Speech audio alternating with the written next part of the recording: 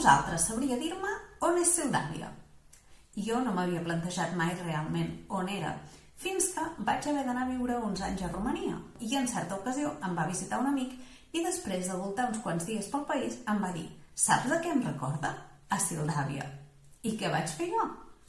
Vaig agafar aquest llibre, un dels més antics del Tintín que tinc. Fixeu-vos, té encara el llom de tela, està publicat l'any 58 i bé, es pot veure clarament doncs, que és antiguet, que és antic i que es va fer servir molt.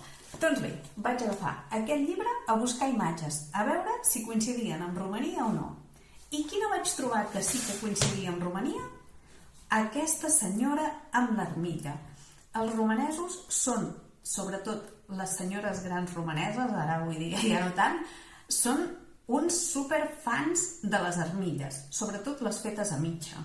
Qualsevol persona gran que et veu que tinguis fred et dirà que et posis una armilla. A mi m'han aconsellat que els hi posi armilles als meus fills, que a la tardor ja em posi una armilla, i fins i tot jo portant un jersei de llana m'han arribat a dir que per què no em poso una armilla? I jo deia, bueno, però és que porto un jersei de llana que és el mateix que una armilla però amb mànigues. Però no, la senyora que m'ho deia em deia que no, que em posés una armilla perquè les armilles abriguen més.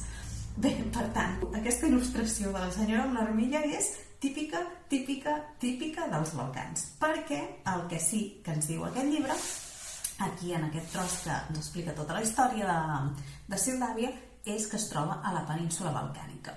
Jo, per comprovar si realment era Romania o no, vaig mirar-me una mica més amb els dibuixos i mireu quina meravella em vaig trobar. Mireu aquestes 3 imatges i digueu-me si vosaltres podeu identificar quin país pot ser un país balcànic on hi ha minarets. Si encara no ho heu endevinat, mireu aquests senyors que porten una indumentària una mica tirant a turca.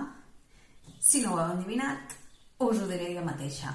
Bòsnia. Bòsnia i Hercegovina és el país dels Balcans on hi trobem minarets.